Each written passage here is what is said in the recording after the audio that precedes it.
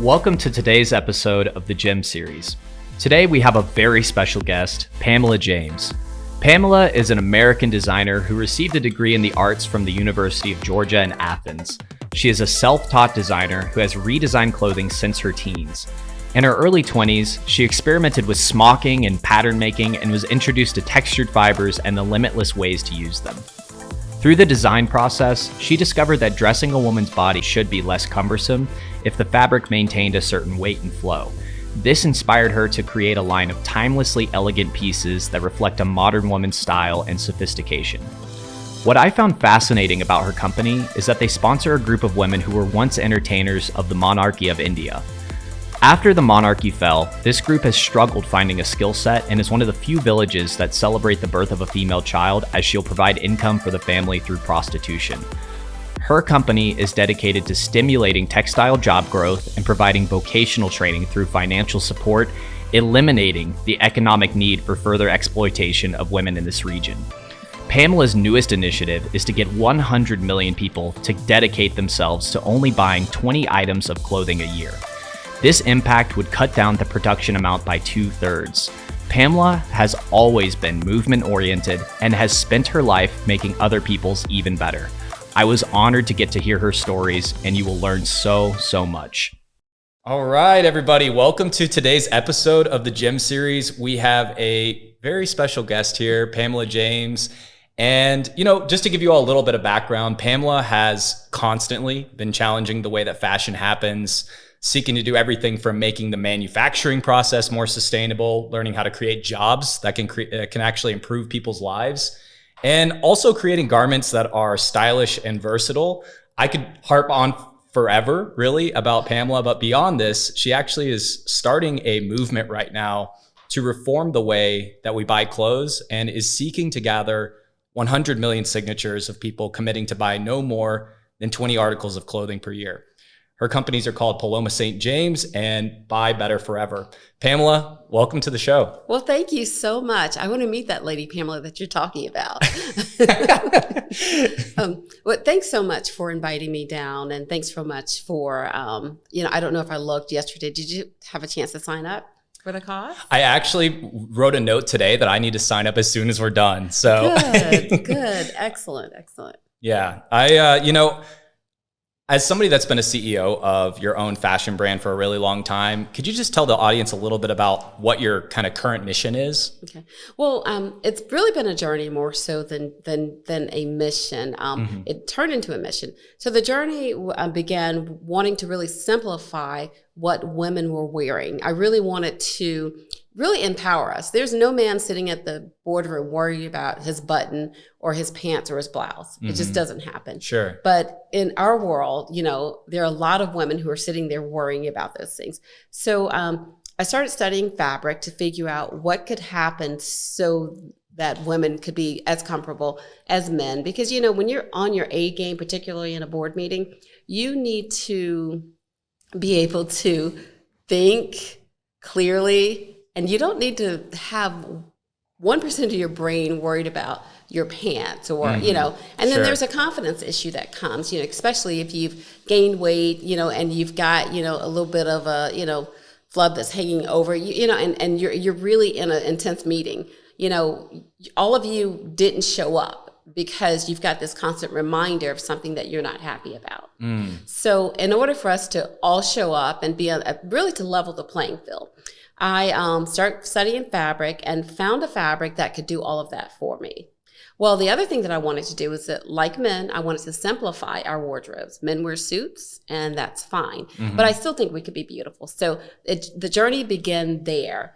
I ended up creating this really cool capsule collection, but people continued to ask for more. And that wasn't what I wanted to give. I didn't really want to give more. So that's kind of how I got started. So let's think about COVID-19 hits, and my business model is completely thrown off. Nobody's going into the office. Nobody's going to work. But what I've always wanted to do is create a line of clothing that was modular and sustainable, and you would only need those clothing. And when I set out to do it to begin with, I realized that accessories were a big issue for women. So Sure. I figured, well, what could I do to make that happen. So that's kind of how my mission started. That's incredible. And Pam, I just want to say too, I want to be beautiful too. Just, I know that You are beautiful. Thank you Blake. so much. Thank you so much. But no, I think that's incredible that you saw that there is this gap for a lot of women that are out there where maybe people aren't being allowed to bring all of themselves into a professional environment with all these overhanging different ideas of what they should look like or what they're feeling. Was that kind of a part of, the journey? Was that discovery of, was professionalism a big part of it? Well, it wasn't a big part of it, but it was part of the journey. And it was part of the journey that I was on. I think everything that we deal with comes from within. And, it was like, I'm at this point in life where I don't want to look beautiful. I want to feel beautiful, but I don't want to worry about, whether or not something fits, whether or not, it works well. And I just believe that there's a place that we can live. And I also had an issue with inequality in dry cleaning. I know, imagine that. Yeah. So I Tell go me to more the dry, about that. Well, I go to the dry cleaners and, for the same blazer that you would pay, $10-12 for, I'll be paid $25 for it. So that was the other thing. That was the other part of things. Like, what can we do? Can we make it washable? Can we make it workable? So the concept was I came in with a different idea of how I wanted to do things. And I think that journey led me to the mission of really being able to do things differently. And I was thinking more holistically, not just do things differently in the area of how I made clothing. But if I'm making clothing, what is my accountability? And part of that accountability became Buy Better Forever. Wow. And so, like I said, it wasn't a set out, it was a matter of every day, I believe in writing down your visions, but I don't think your visions become your visions until you walk them out. And I don't think you can really know what your mission is until you start walking. Yeah. I think there's a part of that. You should always be goal focused, be goal oriented, but I also believe that there has to be flexibility. Absolutely. Yeah. I think flexibility is so key because, a quote that I read recently was that in any kind of, in this context, it was used in a career path, but nothing's linear. And it's really a bunny trail where you maybe find something along the way and, hunt it down and explore and open up new possibilities. Right.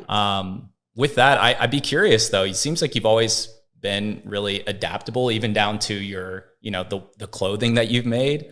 What was your background like growing up? And, did you have that kind of mindset at a very young age? Well, it's interesting. So I did. I've always had to. So my mother had me when she was really young, and she had 12 brothers and sisters. Wow. So I ended up being the 14th child. So I lived in a place of adaptability. My parents, were the parents that, they got married, but we still lived at grandma's house. So I've always been very adaptable, but I have this little thing, and I want to be careful how I say it. I think when you grow up brown in any country, there is a bit of adaptability that you have to have, particularly if you're if you're a minority, you have to adapt constantly. Yeah. So I think it's just something that's more DNA related than it is just, I am personally adaptable. I just think that DNA level, there's a lot of adaptability, and that's just in my bones. Yeah. No, that makes a lot of sense, and that's very well said too. I can imagine that, with growing up as a minority, can't even talk. It comes with its own new set of challenges and biases, and I would imagine that would be extremely formative as well. But I'd also be curious to hear what were you exploring as a kid whenever you were trying to figure out this journey for yourself, because you're doing something that not a lot of people do. Right. Well, but besides lighting matches up under the bed just to get light, you want to know what else I was doing? I never burned anything. I've been there before. I've been there before. Right. Yeah. Well, I've always liked fashion. I had a grandmother who would sew quite a bit. So I was always at her feet, and I learned to sew while she was sewing things for me and for my cousins. I would sew things for dolls. So that was kind of the beginning of it. Yeah. But it got crazier as life went on. So my mother would have these really nice outfits. We moved to Atlanta when I was around 4 or 5, and she'd have these beautiful silk outfits. And I didn't know that it wasn't okay to cut them and to make pants out of the big flowy skirts. So I never got in trouble for that. I don't know why, but I never did. And then the other thing that I did, and I think this probably has to do more with the type of things that I've made. You remember, Neiman Marcus has been there forever. And their dressing room was my playground growing up. So there are 2 places you could always get to. It's a High Museum and Neiman Marcus. So you could do that because I went to school in Buckhead, and you take the 23 Art Center station, and you could go by both of them. You could do both of them. So I spent a lot of time in museums, a lot of time, and you can tell I was alone a lot, right? A lot of time at the library, and a lot of time in the dressing room. So I think a culmination of that, because really design is art, right? Yeah, absolutely. Right? And so I think because I have that bent and that leaning, that I was able to just have a mindset. I think scarcity, being the 14th child of 13, Yeah. But the view of art is where you really create beauty. It's just something about, like Basquiat, you love him because he couldn't afford certain things. So he actually mixed medium at a time when people weren't really doing a lot of really great stuff. He was a rebel. He did art, graffiti. So I think that's kind of where I got the leaning to move, in that direction. And I've always I think all artists are prophetic in a sense. I think accountants are prophetic. I think artists are prophetic because you've got to be able to see the future. Sure. In a way. way. That's a great way to put it. Yeah. So I think I was able to see the future. Like, this is where life is moving. This is where life is going. And I want to be a part of that. And I've always wanted to be a part of that. And I've always kind of had that leaning as well. Yeah.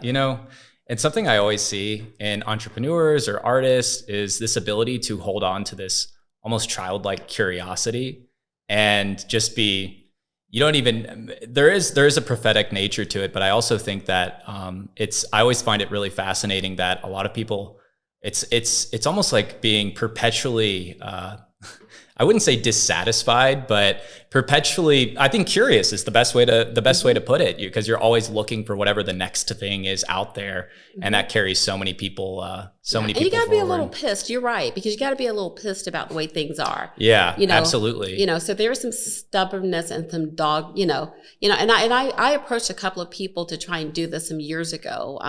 When I was remember I told you I was at the goat farm. It's an artist commune.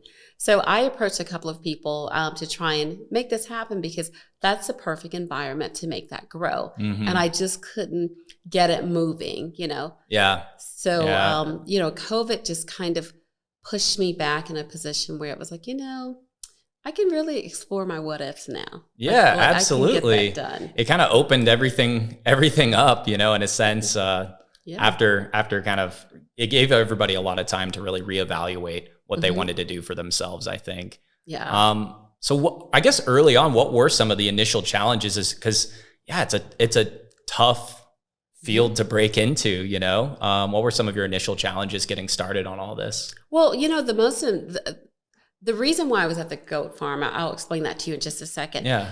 It's a very closed field. There's a lot of language that is not, it's almost another language. So as with, like IT, I wouldn't understand the language of IT. So, I did a couple of things that were a little interesting back then. So I started by taking classes on YouTube, and it was paid classes, and you subscribe and you would take them. Then I ended up going to Parsons, but that wasn't enough. I really had to get in the environment where all of this was happening. So I took a leap and decided, I need to, go to the goat farm, because, there's a lot of retail sales that go on there. What does that look like? I could do that with a lower risk. So once I figured out how to do that, how to sell, how to, do it where I felt confident, then I moved to the largest, it's actually the largest wholesale place in the Southeast, which is the America's Mart. Of course. So even getting there, it was a matter of just, being willing to work with people who I didn't necessarily want to work with, because I needed to understand the business, because it's very much an underground business in terms of what you know and what really goes on in the business. And it's really a business that's built on relationships as well. Yeah.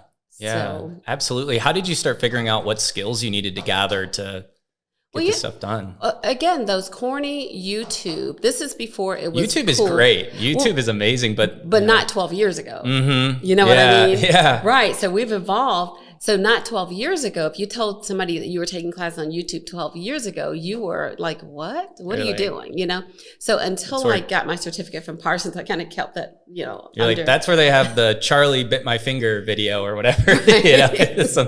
No, but that's really, wow, you really sought that out kind of, or you found that pretty early on, because now everybody uses the language of like YouTube University and things like that. And it wasn't a thing. It was a login, and you went on and you had your 12 videos. And then, I did another class that was like that. And that's kind of how I got started. And that's how I knew to look for those niche, and here's the thing. And I think some people do it naturally and some people don't. Anything you want to do, you've got to bring your whole soul to it, not your whole self, your whole soul. Yeah. And I think that's why it's so difficult for me to try and explain, because I brought my whole soul, I put it all on the line, and I decided that this is going to succeed and this is what I'm going to do. Now, I'm not crazy. I had a business plan. I had, I had everything that you would need. I'd saved the money. I had the skill level to do it. But at the end of the day, I still had to bring my whole soul to the process. Absolutely. Yeah. If you're vacant, you might get rich, but you'll never be able to truly be passionate about what you're doing and actually take something to where you're building something a lot bigger than yourself. Or at least that's what it seems like anyways, And I think purpose is important too. Yeah. Like you've got to, there are two things that we live in my opinion. We live in purpose and we live in gifts. And, and everything you do, you operate in your gifts. That's kind of a free thing. Like, I'm really good at this. I'm really good at this. But your purpose is, it always meets where other people are also served. And I believe that that's big. Like janitors at school. Yeah. People will think, okay, but they're walking in their purpose, because if you get to ask the cafeteria lady that you've worked with forever to feed these 10 kids because they're having an issue per year.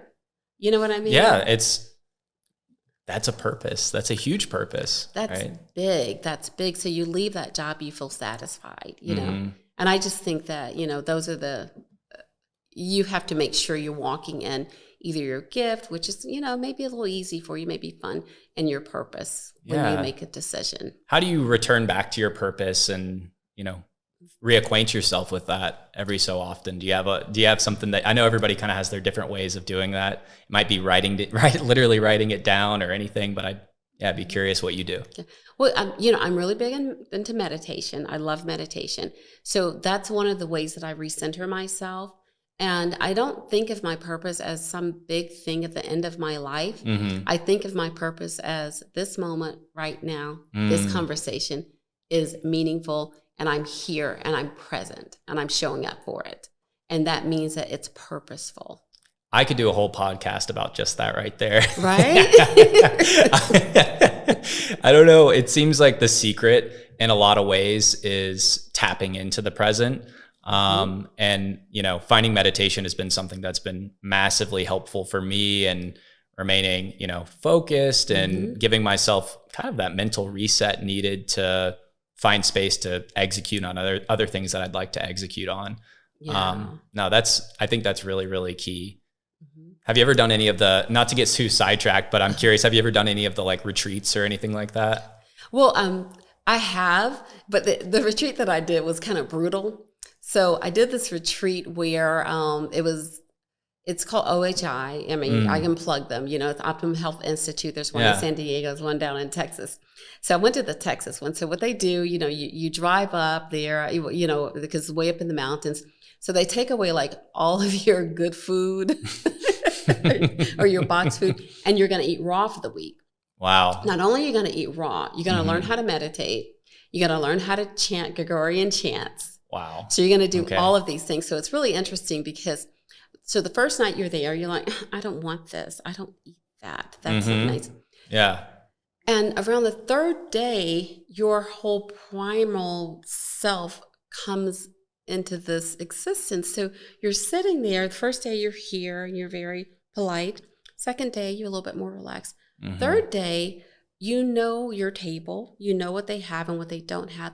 And you find yourself grabbing, oh, I'll take this. You don't like it. Here's mine. And it's the weirdest thing because, so you get to this primal self and then you go into these spaces that are teaching you how to let go of things, how to meditate, how to chant, Yeah. So I have, but I think I picked a pretty brutal one. That sounds pretty intense. I've heard of like the Vipassana retreats where it's like 10 days in silence or, sacrificing food and things like that. And that all sounds, I can be a little extreme too. So I'm like, oh, that sounds kind of like a nice challenge too, though, to really figure out what it means to lean into simplicity and surrender a little bit, surrender some of that control that you're always trying to hold on to and become present-minded. No, that's, it's funny. Yeah. I could literally talk about that all day. I am curious about, when you started, tell me about, whenever you started launching, Paloma St. James, was that kind of the first official venture? And, and you all, have been going for a long time now. So you did something where it sounded like you didn't have to go through multiple reiterations or anything like that. What was life like around then whenever you were doing the launch? Because I had ran a successful business in the past, I understood people and I understood what was needed. But I think I leveraged my relationships more than anything else.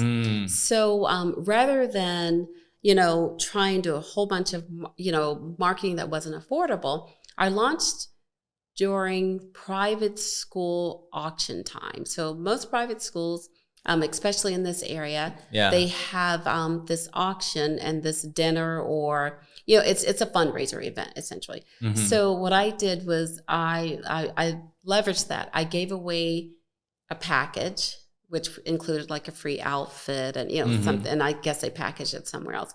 So I had my audience immediately. So what happened is they actually would come, and for a week they would go through and they would see everything that was had. So that made it a really easy launch. And I think the thing that I didn't do, I didn't launch very large. I wanted to get deep roots. So I didn't launch large. I didn't make a lot of money to begin with.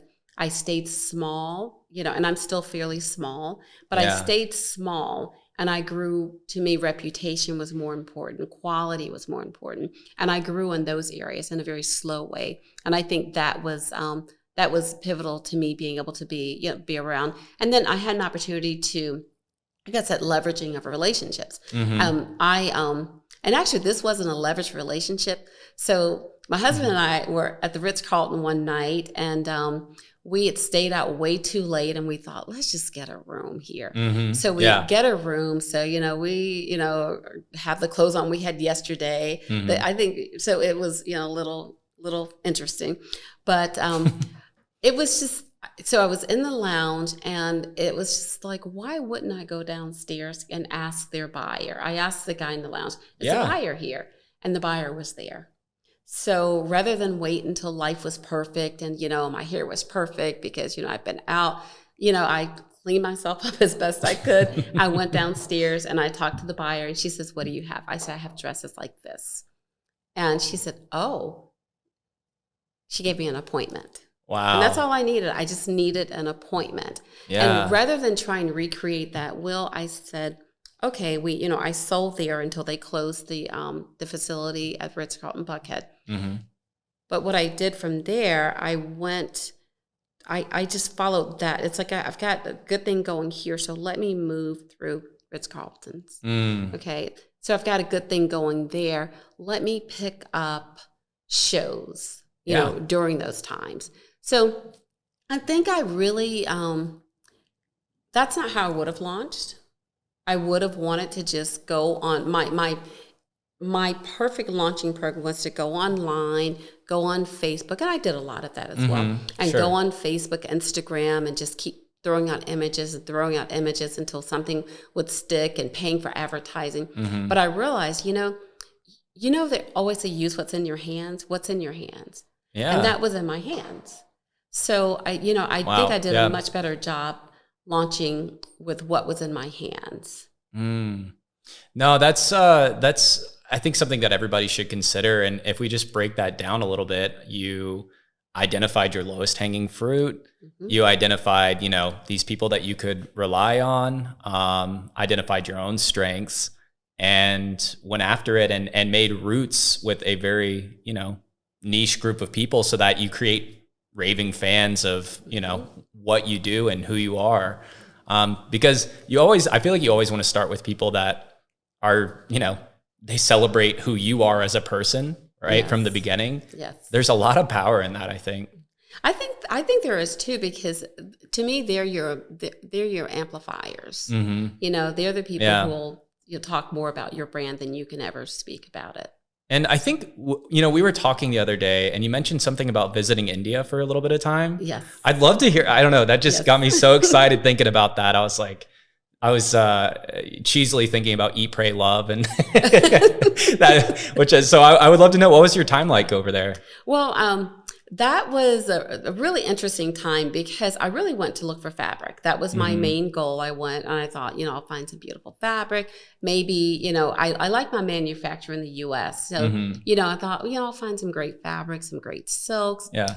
And we visited friends while we were there, and they took us to this village. And, I'm thinking, okay, this is nice, beautiful girls, women, we're interacting. It's amazing. So we get back in the car and remember, I've been there 3 times. So this is the first time. I find out that the nice little girl that had the blue jeans and the t-shirt on, that she was being prepped to go to Delhi to be sold for $5,000 as a virgin. Oh my God. That took me, I thought, okay, let's go back tomorrow, because I need to know more about this story. So we go back tomorrow. I would go back, the next day, sorry. So we go back the next day, and we enter this, the same place that we were last time. So to the left, there's a whole bunch of sewing machines that haven't been used, but they're really good machines. They're like Juki, so I'm over there thinking, oh, you got Juki machines, and like 8 of them. Yeah. Well, someone from Korea had donated those machines, but nobody was able to teach the girls to sew yet. So we get there, and we have an interpreter, and they start telling stories. So this place was already set up. They would come in and they would just take strips of fabric and tie them into bracelets and sell or do whatever they could do, because the other part of the day they would be sex traded. So that was kind of the beginning of, that the whole India trip. I know it sounds... That's intense. Yes, it was very intense. And what was more intense was to learn that it was being done by their fathers and brothers. They were the pimps, And so that was the first visit. So when I got home, there was fire under me to go ahead and get Paloma St. James up and running, because I had something to fund at that point. Yeah. So second visit, it's more of a, what can we do for the ladies? So by the time we got there, I of course, I'm still working Paloma St. James, so I'm still getting business done. Sure. So I go and I get my business done and realize that, okay, there's no business for you guys to do because there's no skill level. Yeah. So besides donating money, which we do, and we started doing, we continue to do. What skill level can we leverage? Because dignity is everything. Sure. I mean, there's something about a loss of dignity that is, bigger than even poverty. And these women were they didn't have any dignity. It was beyond that. Right. And they didn't just need money. Sure. They needed skill so that generations could continue in a different manner. So we went ahead and got someone to do the sewing, or teach them how to do the sewing and pattern making. And that was visit 2. Visit 3 was so different, because when you have something in your hands and you work with it, it was a different group of women. That first group of women were very, just almost on edge. By the 3rd visit, hope had been restored. Wow. So that was... What was this timeline like through that whole experience? Okay, so first visit to second visit was 2 months, because I couldn't sit on it. After I saw it, it's like, what am I going to do? Yeah. And it's not a lot, but what can I do? So that was 2 months. And then between the second and third visit was an entire year.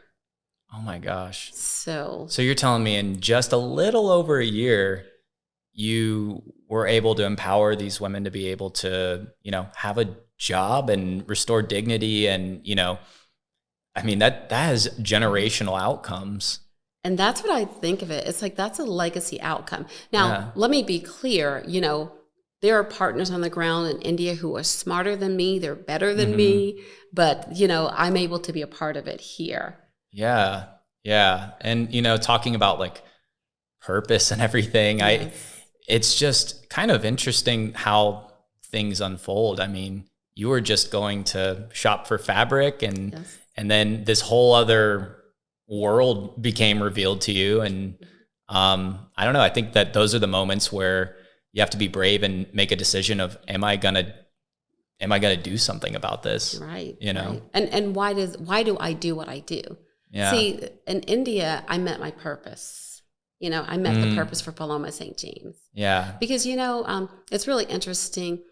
One of the issues that I had is that I've always been smart, and I wanted to continue to be smart, right?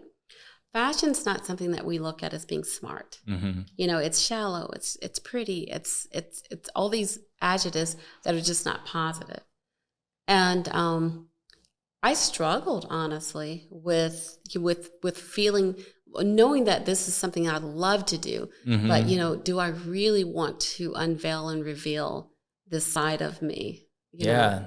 And it was just really interesting, because through that struggle and going to India, and once I decided, this is what I'm called to do. I know it. This is what I've always wanted to do. But going to India, it gave me purpose behind what I do. Yeah, absolutely. Wow, that's pretty powerful. I would imagine. Anybody that hears that, I think that's when you dream of what you want to achieve with whatever your venture is. I would imagine that that's something that a lot of people are like, I just don't know, how to start or where to begin. And I think that's a perfect example of how, trusting yourself and what your strengths are can sometimes just guide you naturally towards something like that. And then being ready to say yes when it's really time to say yes. It's putting one foot in front of the other always. And that's the thing about, entrepreneurial spirit, is the ability, like even the pivot for all of us for COVID. Yeah. It's the ability to, let me put one foot in front of the other.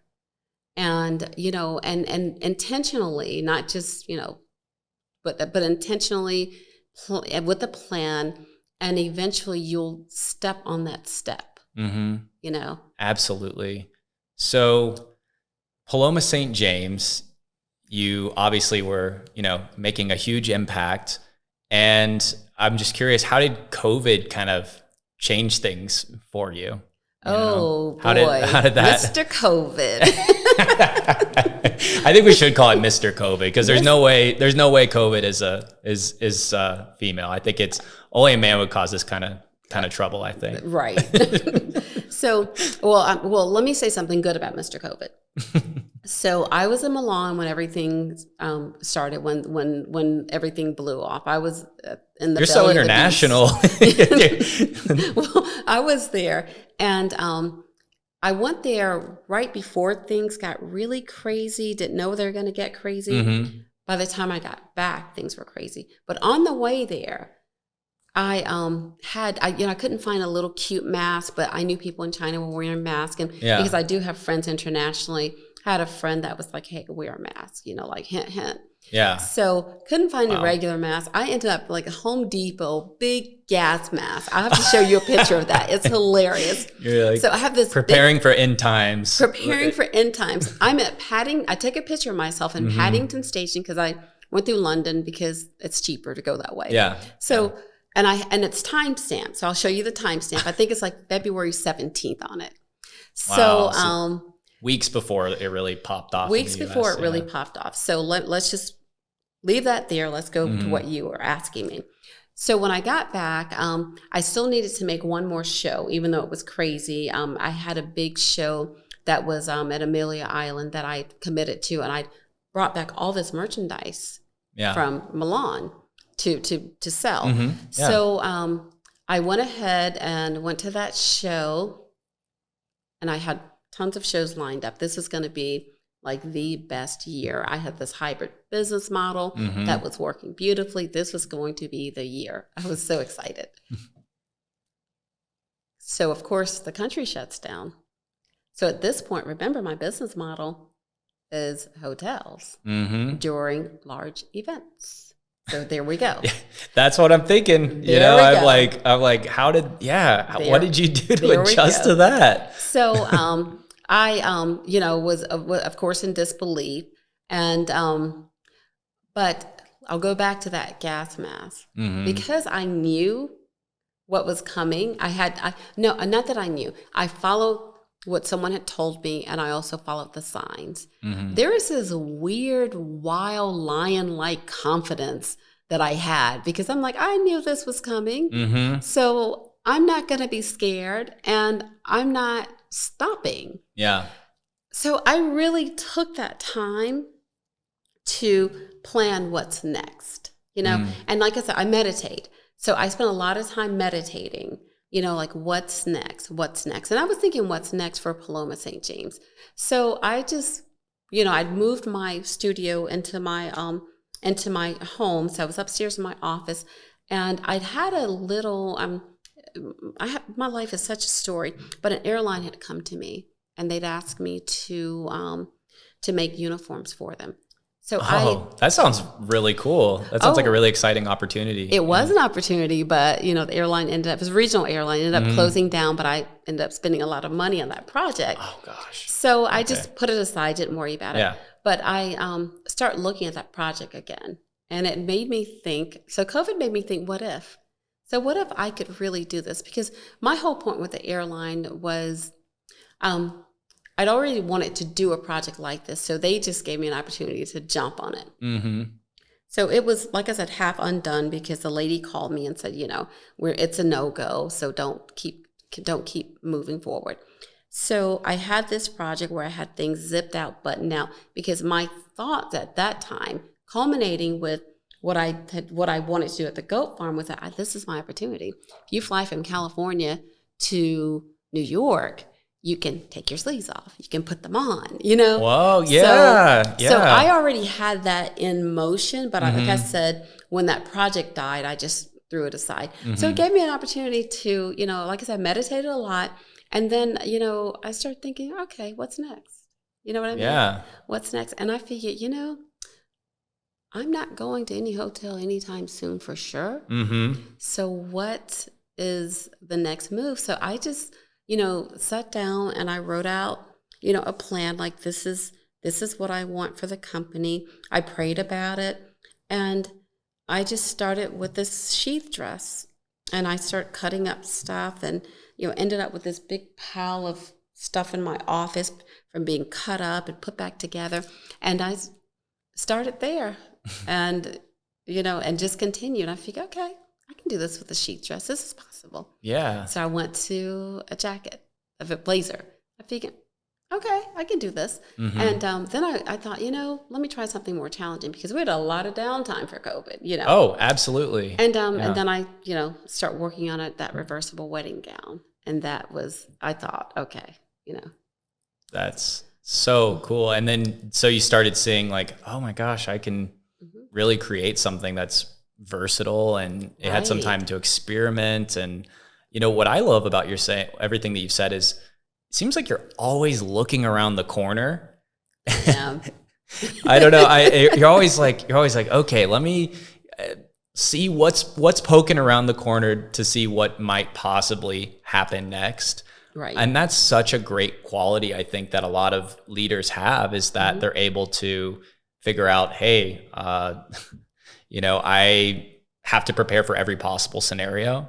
Well, I think that too, but also I think there's a part of us that keeps going until we find that purpose. Do you know what I'm saying? Oh, totally. So by nature, I'll continue to look around the corner. But I know without a shadow of doubt that this is it.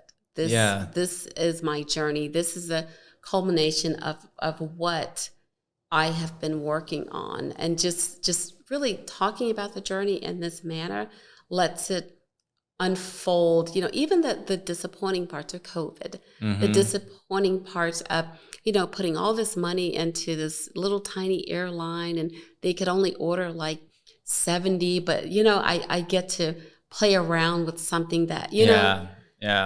So and I think you keep going, and that's the thing about entrepreneurship.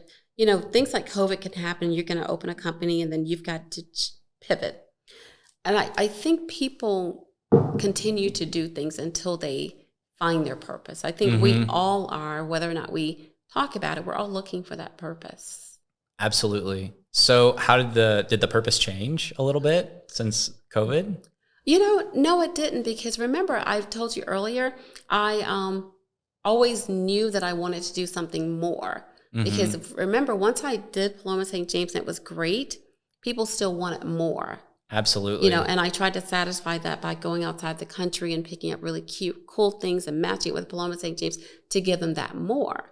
Yeah. But that wasn't where I wanted to land. I knew that. I knew COVID was an opportunity to really honestly, I'm trying to put it in a way that doesn't sound nice and happy, but it really gave me the opportunity to really, really, really take some time to sit down and hone my purpose. I always knew I would not just make and sell clothes. That was never, that was never the end goal for me. I always knew that there was going to be a greater purpose, which is, it's great because it's more than one purpose. I get to be a part of a legacy for a whole group of women. I mean, that changes not just them, but that changes their children, their grandchildren, their great-grandchildren. And I get to create something really beautiful. And I feel like solve a problem. I feel like I really have found something that solved the problem of buying clothes over and over again. That we, Absolutely. How many ways did you say that you can wear? 25 for the sheath dress. And it's a different number of times for each piece, but 25. Wow, that is so cool. And I feel like it's so, there's this position of it being equitable for everybody, in a sense that everybody can, it's very accessible, and adaptable and all of that. So something I was thinking about, not to pivot, but 100 million people, 100 million people being dedicated to, only buying 20 garments of clothing a year. Tell me a little bit about how you got to that movement number that you're trying to do, and the number, and tell me all about it. I look at it like this. Walmart is asking how many people to buy a bar of soap, right? Yeah. For them to get the soap with the price that they get it, and to be able to mark it down to $2 or $1 or a quarter, they've got to get that many of us. Why can't that many of us go and tell them what we want? You know what I mean? Yeah. So, I mean, if we're going to disrupt and turn things, I think we should reform, and not necessarily, I think it's a disruption, but I don't believe we have to have a revolution. I think we have to have a reformation. where it's a true democracy. We tell you what we would like, and we would like for you to stop producing things that kill our atmosphere and that kill our children. And I just think that's the only way to do it. And I think we've lost the power. It's funny because as much as we can post online, we've lost the power of individuality. Yeah. We've lost, we don't know how valuable we are because we're looking at these images that we consider more valuable than we are. So we don't understand that individually, 100 million of us is 100 million of us together. You know what I mean? I definitely do. And I think that's so incredible to think about the end result of what that would mean for the world. Yes. And, is it Albert Einstein says that, people who are crazy enough to think they can change things usually do? I think, I really do believe that this is possible. So everybody listening right now, sign up right now. Sign up right now. Buybetterforever.com. That is so exciting. And, I really love the idea of, I think, minimalism in general too. It seems like there's a lot of minimalism going on, and, that's something that can make people's lives a little bit easier too, on a personal level, Well, it's not really minimalism. And the reason why I say that is because fashion is a maximalist involvement. Yeah, that's a good. Yeah, it really is. And, when people think sustainable and things that work, they always think things that are brown and sad and, and I really want to bring, I want to bring fun and sexy to sustainability. I think we really can. So the reason why I say it's not minimalist because every core piece of clothing that you have, like that t-shirt you're wearing now, right? You got arms, you only have one neck, you only have one torso. So everything is built around a basic, form anyway, right? Yeah. So why can't we just have a sheath dress where you put the arms on, you put an overlay over it? So it's really changing the way we consume fashion, and it's also changing the way where manufacturers will manufacture. So rather than, because what they're doing is, let's just say if you've got 8 dresses, sheath dresses in your closet, let me just stick to that right now, then you've got 8 of the same body forms with different overlays on top of them is all you have. So you really have essentially the same dress, 8 different iterations of it. I love the way that something that I've just been chewing on too is I just love the way that this message will empower people to realize that one person can make a difference. I know it sounds maybe a little cheesy, but it's true. The collective body is so essential, and it starts with just one person. And it seems like you've recognized that that's something that, if you have the confidence to do it yourself, then you can actually make things happen. No, I think that's so incredibly cool. So what are you wanting to, where are you at right now with everything? And what's kind of your timeline looking like for making that happen? Or do you envision a certain timeline for that? You mean for Buy Better Forever? Yeah. I haven't put a timeline on it, Yeah. Because we live in a capitalist society. Let's go past 100 million, right? Isn't that how we're living? Heck yeah. Because Heck yeah. this is what, the thing is that, as crazy as it is, this is what companies are asking. They're asking millions of us to get on a plane. They're asking millions of us to buy soap. They're asking millions of us to buy rice.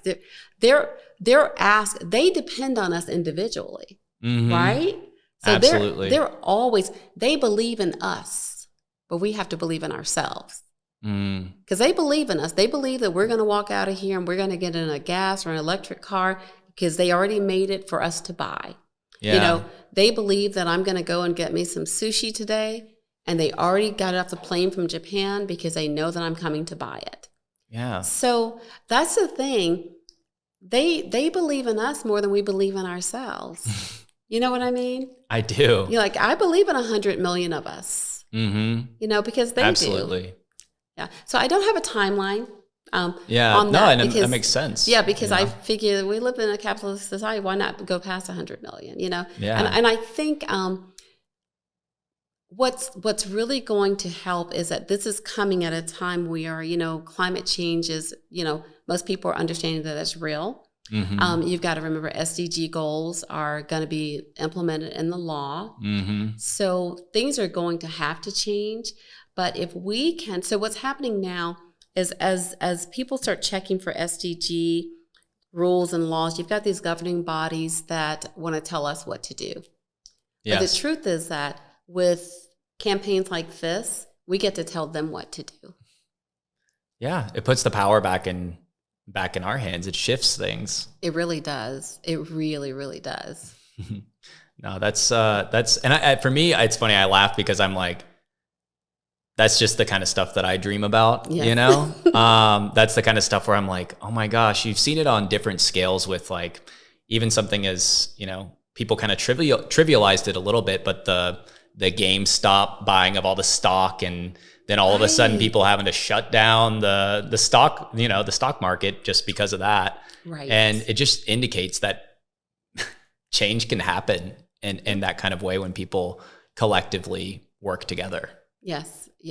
And that's what I look forward to. I really do. I look forward to us understanding that we have the power, that we hold the power. And like I said, again, and I know this is a redundant statement, but they believe in us. They do, Yeah, no, absolutely. They believe in us so much, they bottle water. Mm-hmm. Yeah. They're like, yeah, absolutely. They're like, no, we know how reliable you are. Mm-hmm. And to go back to what you're saying, so that's the timeline for that, for the Eternal Wardrobe. That'll be out by year's end. We'll have Very exciting. We'll have the 8 core pieces and the 4 resort pieces that are available, at that point. And I'm just excited. I'm excited about the future. And honestly, the most exciting thing is that I know that through the journey, I'm really like in the center of my purpose. You know what I mean? Absolutely. Yeah. I feel like whenever you're in the center of your purpose, it almost feels like you have seemingly infinite energy to go towards what you actually want. Obviously take care of yourself, but, but it is really interesting how it can just propel you forward through everything. So with a lot of what you've been working on, it seems kind of movement oriented. I know we've been using that word. What would be what's your approach, I guess, to starting a movement? I think you got to be mad enough about something. I think people say, what came out of, I think you've just got to get pissed off and tired of how things are being done. Yeah. And I think it takes that energy to just say, you know what, I'm not doing this anymore. We're not doing this like this anymore.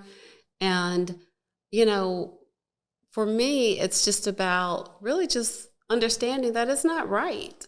I mean, there's some things that just are not right. You think about, let's just say if you get and greenwashing really, really is pissed me off because you're selling a $5 sustainable t-shirt. But does it sustain the life that made the t-shirt? That's an extremely valid point, because so many of these things are marketed. I mean, even with, organic products that it almost has they're playing on the conscience of people, of making sure that people feel like they are buying correctly. And, but if you go far enough down the line, you realize, how are you treating the workers that are at the beginning of all of this? And, Exactly. And here's the thing. I think we're smarter than this. I think we care more than this. And what I don't like about greenwashing and things like that, it's deceitful.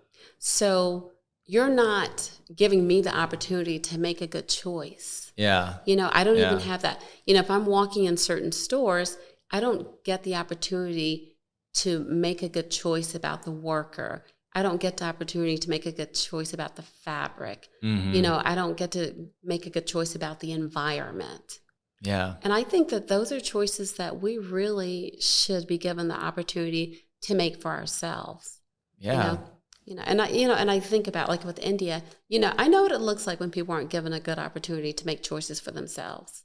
Mm-hmm. And it's not pretty, and I just feel like let's be, we are smarter than this. We're smart.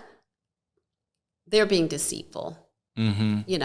and I think, if we slow down enough and look at what we're really buying, then it won't, we'll disrupt the manufacturing. 100 million of us will disrupt the way they manufacture. They'll think about it. Because what was the average that people are buying now? 67 items per year. Wow. Yeah. That's about average. Wow. That's, and I can't even imagine what kind of impact that would have, especially whenever you know that, majority of people are probably buying from your handful of major brands too. Right. And here's the thing. What I tell people, you want to buy better forever, and you also want to buy better, but buy the best that you can afford. Mm-hmm. You don't have to go out and buy sustainable, but just buy the best that you can afford. So whatever, if those are those major brands you want to purchase there. If that's what you want to do, but because you purchase fewer items, they'll have to listen. Tell me a little bit more about the less is more mindset. So last year I did, before I asked anyone to do this, I did my own experiment, right? Mm-hmm. So when you buy fewer items, you buy better items naturally because you're really thinking. That's the thing. When you're buying 67 items, you're picking up stuff. I've done it before. Yeah. You're picking up things. Oh, that's cute. Oh, that'll work. And then you get it home, you wear it twice, and you throw it away. Mm-hmm. When you have 20 items that max that you're going to buy for the year, mm-hmm. then you think about each item and you naturally buy better because you're thinking, like I want to go shopping in New York with a group of women in October. Well, I'm on 2 items now. I bought 2 for the year, and it's April. So you know what I mean? Yeah. I'm not, like I said, I'm not saying don't shop, but so I think about that. But what happened last year is that because I have a budget that I set, I saved so much money that we went away to Italy for Christmas, and I was able to get something that I wouldn't have normally bought for myself because I was buying better, and I was watching what I was doing. And I think there's a place where, there's a whole movement of don't buy anything. There's a whole movement of only buy sustainable. But I think people can make good choices for themselves. And there's just no middle ground. And I'm hoping that this will be our middle ground. Mm-hmm. Absolutely. No, that makes, that's something that I think I picked up on a little bit when I was visiting France, because I was like, how are all these people wearing these beautiful clothes everywhere? And well, I was in Paris, so I don't know. I haven't visited all of France or anything like that, but that was one thing I picked up on. Have you noticed that, with traveling a lot, that's a mindset in other countries? Yes, because when you buy a shirt, it belongs to you. So the first thing you do is you take it to alterations. Mm-hmm. So you don't buy a shirt that's just off the rack. Yeah. Because you're going to keep it. You're going to love it. It's going to be a part of your clothes family. Mm. So you take it to your tailor.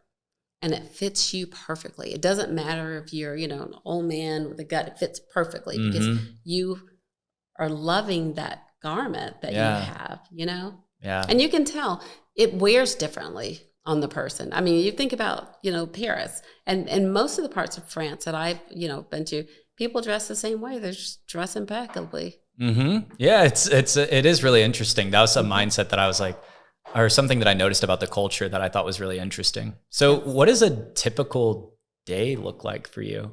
Because you do a lot of different things. I'd be curious. Well, it's quite unconventional. So I start my day at about 4 a.m. Because I have a team out of India. And so my most of what my design assistant, my partner, she lives in Mumbai. She actually went to SCAD, so she interned. Oh wow! Okay. Yeah, so she interned for me when she went to SCAD. My branding manager went to SCAD as well, and she works in New Jersey, but she's in Mumbai. So it starts about 4 a.m. So we come into the meeting, and I have several different meetings. So I have my kind of PR marketing team. So I meet with them for about 2 hours.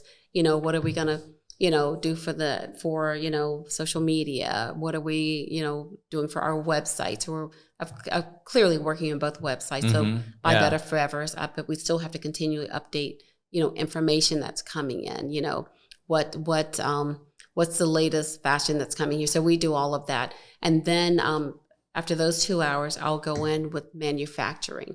So at that point, I'm dealing with my manufacturers through WhatsApp. I'm dealing with any changes that need to be made, because the biggest thing is that nobody has done this, so nobody has done this. Sure. So even my, manufacturers and my tailors, we're having to just kind of, there's a learning curve. So we're all learning together. So I spend about 2 hours there. And then about an hour and a half, I'll really just kind of figure out, what does business look like for me? What's my sales channels? What do I plan to do, about that? And then lately I've been trying to go on social media, because I'm really not really good at it, not really into it. So I'll try and spend about 30 minutes on social media, go down, have lunch, and I'll really try. I start my day at about 6 hours. Wow. And the rest of it, so that's in my office. But the rest of the day, we'll just kind of organically work. I have a pad downstairs that if something comes up, I've got WhatsApp. So if I've got to do anything, but I'll kind of organically work. But my team is kind of asleep, at about, let's just say 2:00. Yeah. So I'm not going to do any work for them. But I do prepare for the next day. Like before I go in with my team, I want to know, what we're going to do. What are our goals? I spend 1 day a week. I didn't this week because it's a holiday, but I spend 1 hour per week with each team member, because my personality is more direct. Like, what are we doing? I say good morning, but past that it's business. So because I'm that personality type, 1 hour per week, we get lunch, and I spend with a team member on on Zoom. And we talk about what's going on in your life. That's great. You got a girlfriend. Sure. So we, and then, we kind of, touch base through the weeks, whatever we've talked about.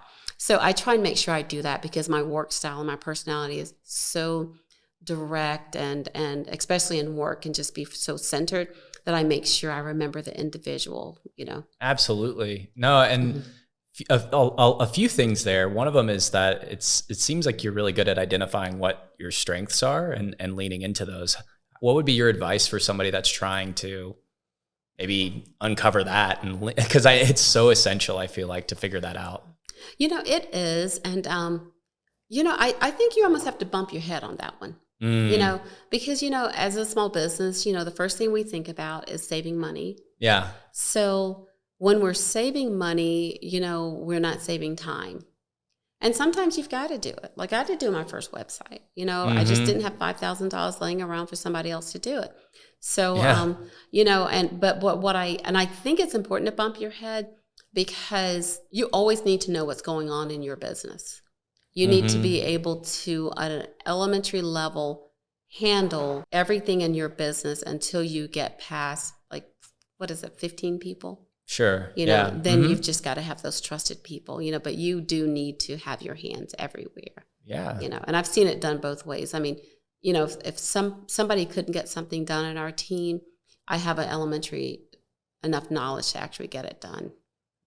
Yeah, that makes sense. Yeah. That seems like a theme, though, is you've always kept your finger on the pulse of things really well.